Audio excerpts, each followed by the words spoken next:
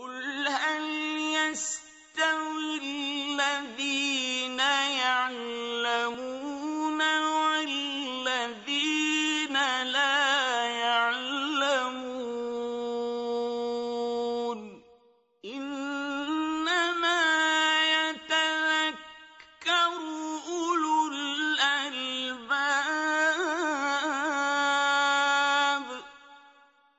Assalamu alaikum wa rahmatullahi wa barakatuh. This is Walid Basuni, and I would like to welcome you to a new episode of your program, The Life of the Scholars. And I would like to welcome my guests, Mamadou and Muhammad. Thank you for being here. Thank you.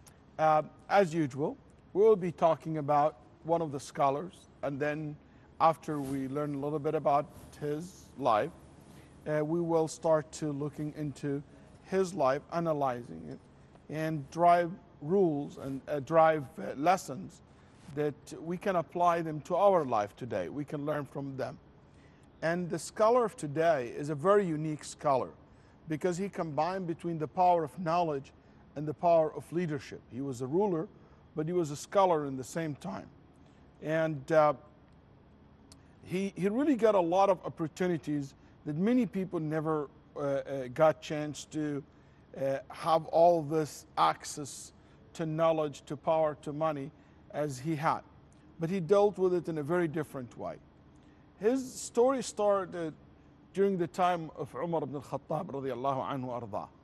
When one day he was going around in the city of Medina, making sure everybody's safe and sound, and he heard this conversation between a mother and her daughter. The mother was asking the daughter to mix the milk with water to increase the amount of milk. But the daughter said to her, Umar said this is cheating, it's not allowed. Then the mother said, but Umar is not here. The daughter said, yes, but the Lord of Umar is here. The Lord of Umar sees us.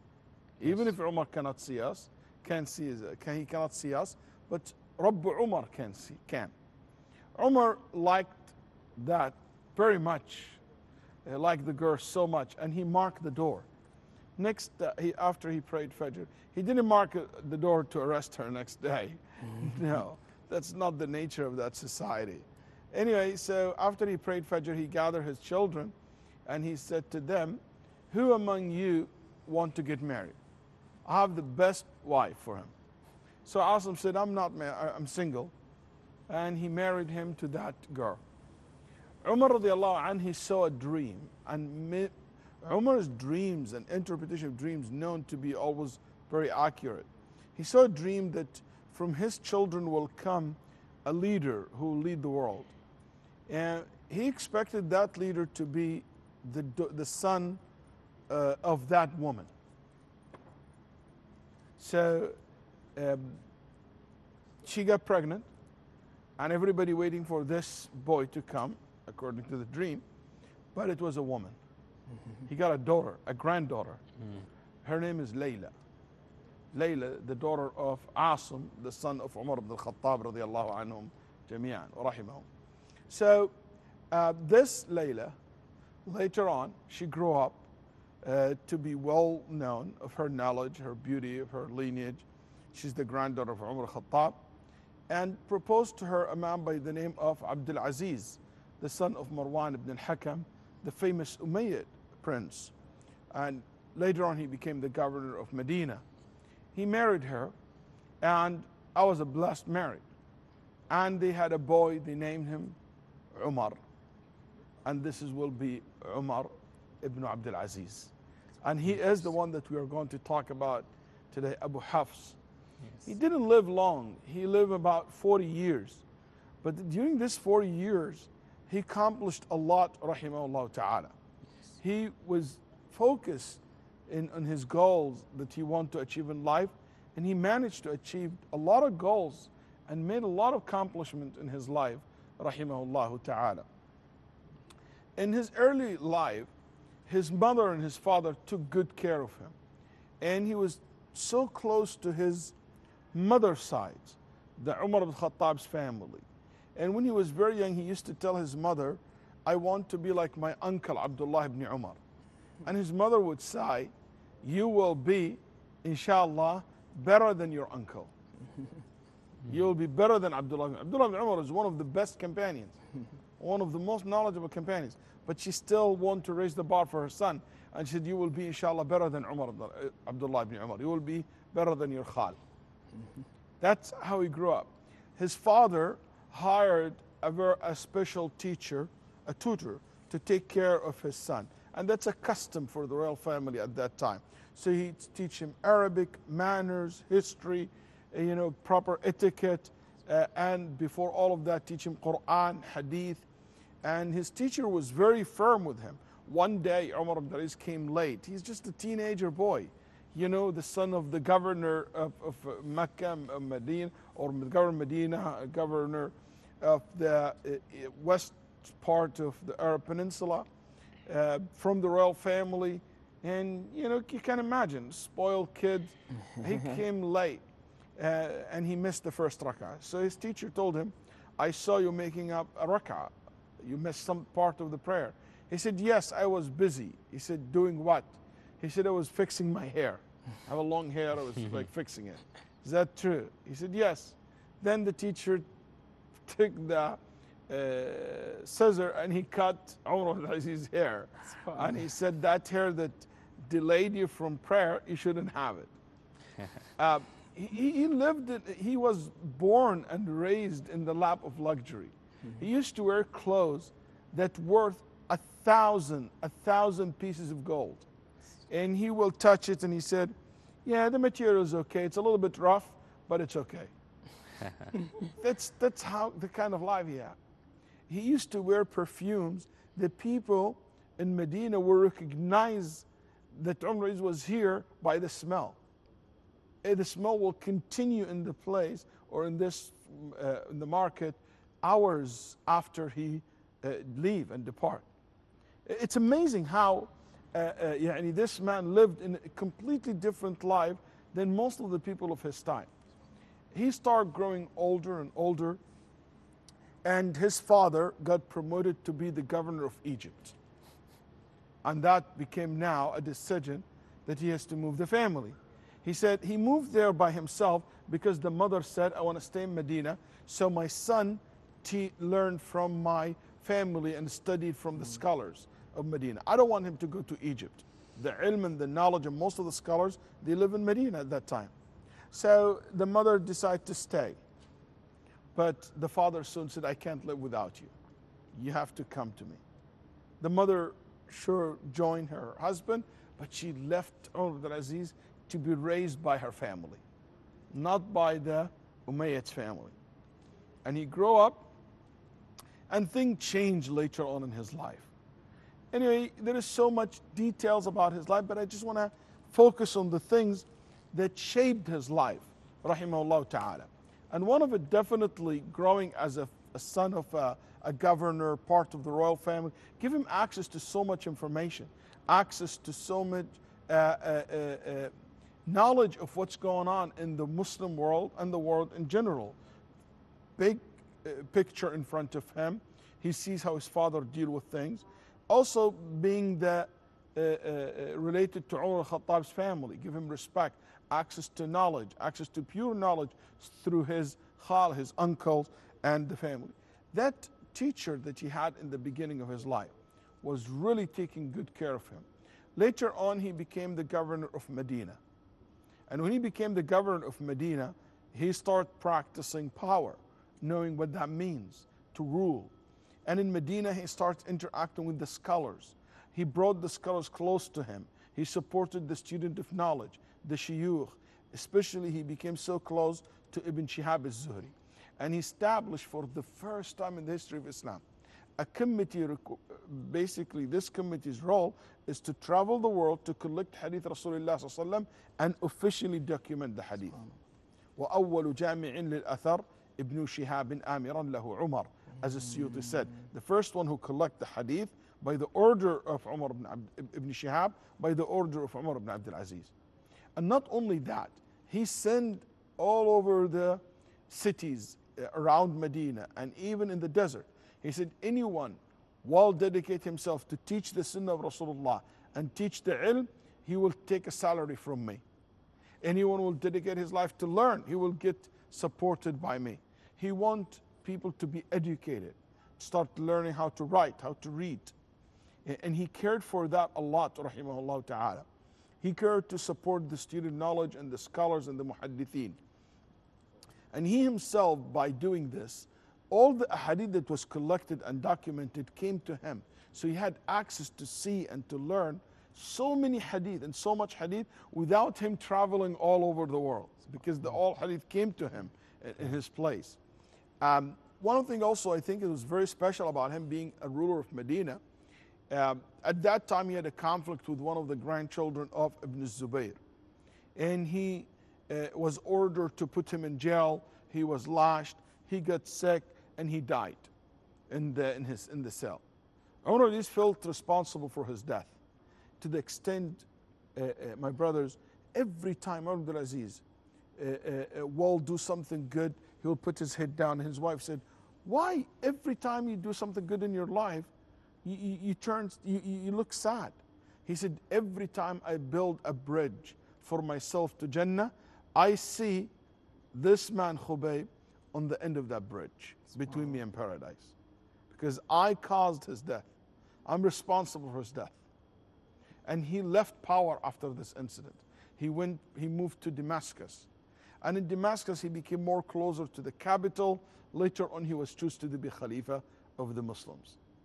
And he became the Khalifa of the whole Muslim. That's another level.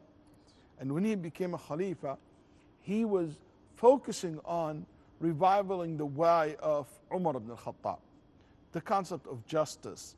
And he really was able to do that. He brought justice. He said, anyone has a complaint or somebody who's been abused, my doors are open. People lined up in front of his door in the first night. That long line, you can't see the end of it. And people start coming to him. Also, he stopped. One of his goals was to have a good economy. So one of the things, he stopped wasting money. They used to spend a lot of money in renewing the covering of the Kaaba. He said, no more. He said, but that's decorating the Kaaba. He said, I would rather to cover the body of so many Muslims who are naked and children who don't have clothes than to put the new clothes for the Kaaba. They deserve the new clothes than the Kaaba. He stopped giving money to poets and people who just came to praise the kings and stuff of that nature, or the government, and they got money. He said, no more. So he controlled government wasting, as we said, and spending, and he reduced the tax. He gave opportunity for people to prosper, open market, as we say in modern language today, for people to have free trade.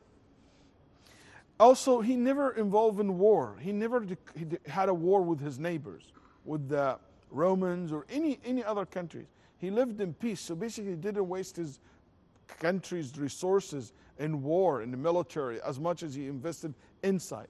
Can you imagine, in just a couple of years after he became a Khalifa, by doing simple steps like that, they couldn't find a single person who wants the zakat.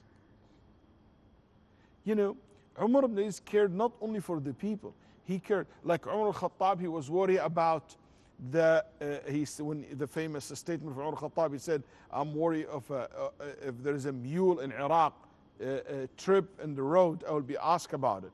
Umar ibn Abdul Aziz he said that in the winter, when the snow covered most of the places in Syria and Damascus and north of Iraq, he ordered them to put the seeds on a dry area so the birds will have access to food during the snow time or the winters. He cared for the birds. Yeah. You know, when he heard in Egypt, they load the animals with so much heavy loads, he made a rule that only 500 pounds, something around that number, allowed as a load over the animal.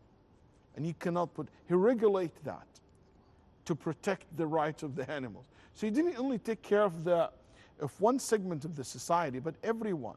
He made a rule that if you're a young man and looking to get married, he will support you financially to get married and to have a place to live. He heard about a lot of slaves in Morocco were taken as slaves. The Amazigh, they were taking us slaves by the Arabs at that time. And that's not fair. He said, that's right. Stop that practice. And he freed all of them. And they became Muslims as a result of that. You know, he was so down to earth. And that's something special about this man as well. Was so down to earth in an amazing way. One time, a young man was talking, a head of delegate came to visit him. Then he said, you're a young man, why don't you let the elders speak? He said, it's not about the age, ya Amir al-Mu'mineen. If it's about the age, look how young you are. And you leading the whole world. He said, you're right, go ahead. One time he was sitting with one of his shuyukh and teachers, and the candle turned off. So he went to fix it, to put the light back. And he said, let me do that to you. He said, no, it's okay. I'll do it. That's my house and you're my guest. You know, one time his slave girls or his maid were fanning him while he is sitting. And they got so tired and they slept. So when they woke up, they found him like putting the fan on them and cooling them down. He said, we're sorry. Kind. He said, no, I saw you guys sweating and tired, and it's my turn to serve you. What an amazing personality. Yes. You know, I think it's about time to get a break, even though I don't want to take a break from his life. Take a break, But let's have a quick break. Stay tuned. There's more to come about Umar ibn Abdul Aziz. So see you soon, inshallah ta'ala.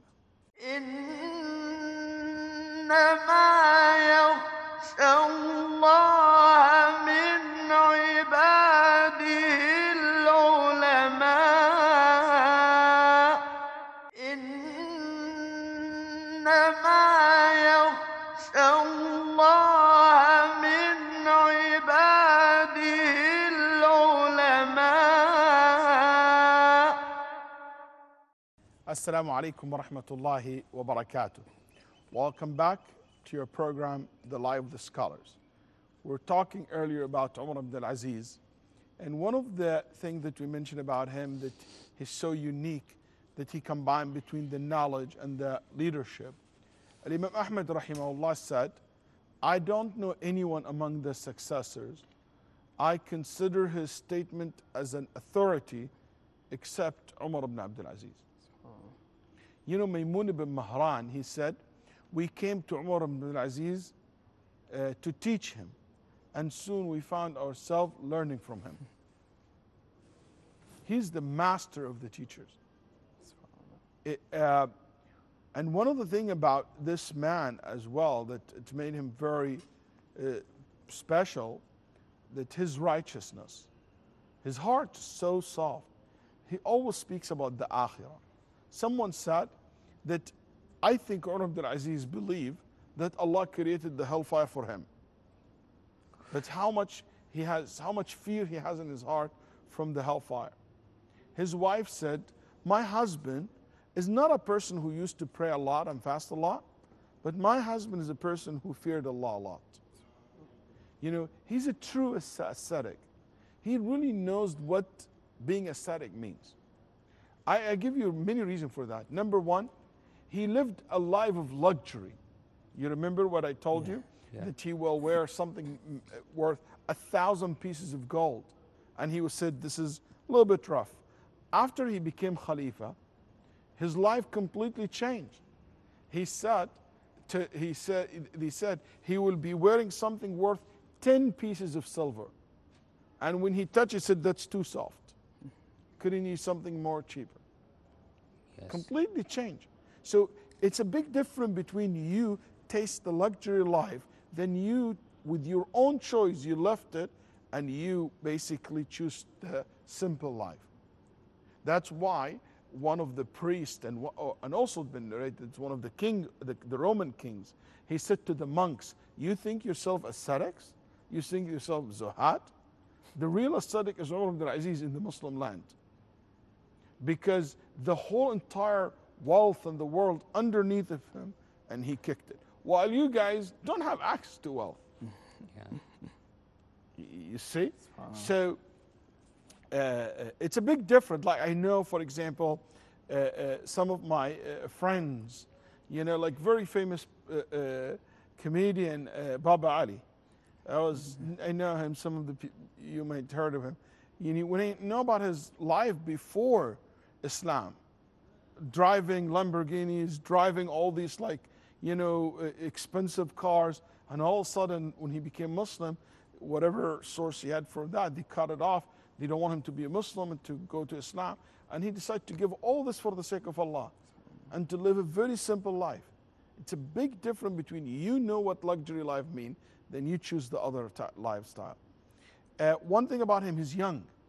A lot of people became ascetic and they don't care for the dunya when they became old. But when you're young, attached to the dunya. It's a big difference between this and that. Also, Umar Abdul Aziz have access to it anytime he wants, but still didn't seek it. He was not interested in the dunya. And he told his family, this is the lifestyle I want. That's why he told his wife, all the gold that you have, your family give it to you. I don't know where they got that from. So you have two options. You can keep it or you give it away and you stay with me. But if you keep it, we can't stay together. One thing about Umar is very clear. He has clear goals in his mind and he focused on them until he stopped. He had a goal to spread the sunnah. He documented the sunnah, he spread the scholars, he collected the hadith. He had a goal to financially make this country strong. He did it in 2 years. He had a goal to govern based on justice. When he governed Medina, when he was the governor of Medina, he had a group it's called Majlis al-Ashara, 10 people around him to advise him. So he makes sure that he does things correct. He had a goal to spread justice, and he did, rahimahullah ta'ala. So he always had these goals in his mind. He had a goal also to go. He told once his sheikh, I always had high goals in life. One of my goals was to marry Fatima, the daughter of the Khalifa. And I married her. Beautiful woman. And and that's one of the reasons, I think, one of the factors that shaped his life. His family were great supporter. When he told his wife, you want to give your gold up and all this? She said, yes. Even after he died, her brother became the Khalifa and he found all her jewelry in a box. And then he gave it back to him. She said, shame on you. Do you think I'm a kind of woman who would obey her husband when he's alive and break his word after he died? I'm a faithful wife. A woman came to Umar Abdul Aziz's house once looking for him. She couldn't find him. And she said, his wife said, stay with us until he comes. She said, the woman said, I entered his house, I found nothing in the house. There is nothing in his house. And I said, I came to fill my house from your house, and your house was empty. Then the wife said, what emptied our house, filling houses like yours. The woman said a little bit later on, a man, a tayyan, a construction guy, came, and he entered, and the wife didn't cover. I said, why didn't she cover herself and put hijab on? But I said, you know what, keep your mouth shut, you're here coming for money, stay quiet. All of a sudden, I see them looking at each other's, signs, sending love signs, stuff like that. And I told her, shame on you, you're the wife of the Khalifa, and you messing around with this construction guy? She said, he's not a guy, this is my husband, this is the Khalifa, Umar Abdul Aziz. So from this, we see how kind of relationship between the husband and wife, that love and that emotion still exists. His sons, one of the reasons always became so religious, because he saw his son making Qiyam al-Layl. His son is the one who gave him a reminder. And Ibn Rajab wrote a book about his son, Abdul Malik. It's an amazing character. When he became the Khalifa, his son told him, we have to change everything. But Umar is wise. He said, sons, the corruption that you see in the world didn't happen overnight. So fixing it is never going to be overnight. It's going to take years to fix it as well. So let's take step by step, graduate. Start with priorities. Have a plan. That's the kind of father and son. When he went to go to sleep, his son said, what about the people outside? He said, tomorrow. He said, how can you guarantee me that you're going to live until tomorrow? When he died, he left behind him 11 children. Each one of them got about 19 dirham, like pieces of silver. Abdul Malik ibn Marwan, when he died, he had 11 children. Each one of them inherited 1 million pieces of gold. Abdul Rahman al-Qasim said, Allah is my witness. I saw the children from Abdul Aziz, one of them donating 100 horses for the sake of Allah. And one of those children of Abdul Malik, who inherited 1,000,000 pieces of gold, he was begging in the season of Hajj for money. So good. That's why he said, I left for my children Allah, Yes. and Allah will take good care of him. Yeah. He was poisoned by his family members. Umar. They couldn't take it, yes? That's why he died in a very, he brought his slave and he said to him, who did you get paid for that? He said, yes. How much? He said, 1,000 dinar. He said to him, give back the money because you don't deserve to have it, and leave, because if I die, my kids will kill you, and I don't want anybody to be killed because of me. They said he never asked him who did it, who paid you, because he wanted to leave the dunya without anything in his heart against anyone, or cause a fitna, friction in the society. It's unbelievable. It's amazing. Yes. He died, rahimahullah ta'ala, while he is reciting a verse in the Quran, where Allah subhanahu wa ta'ala said, تِلْكَ الدَّارُ الْآخِرَةِ نجعلها للذين لا يريدون علوا في الأرض ولا فسادا والعاقبة للمتقين. That basically the hereafter is for those who are righteous, who don't want to, they're not arrogant in this dunya. It's amazing how he ended his life, even with this verse, that it give him, inshallah, glad tidings that he's among the people of Jannah. He asked everybody to leave, and later on, they found him very quiet.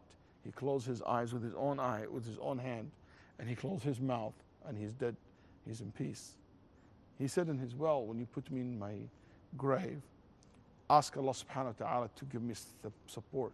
Because sometimes when you put someone in the grave and you face them to the time come to an end. There's so many lessons we can learn from his life. So let's do that, inshallah, in the next episode. Will come to an end for now. And I'll see you in the next episode to continue our discussion about Umar ibn Abdul Aziz. قل هل يستوي الذين يعلمون والذين لا يعلمون قل هل يستوي الذين يعلمون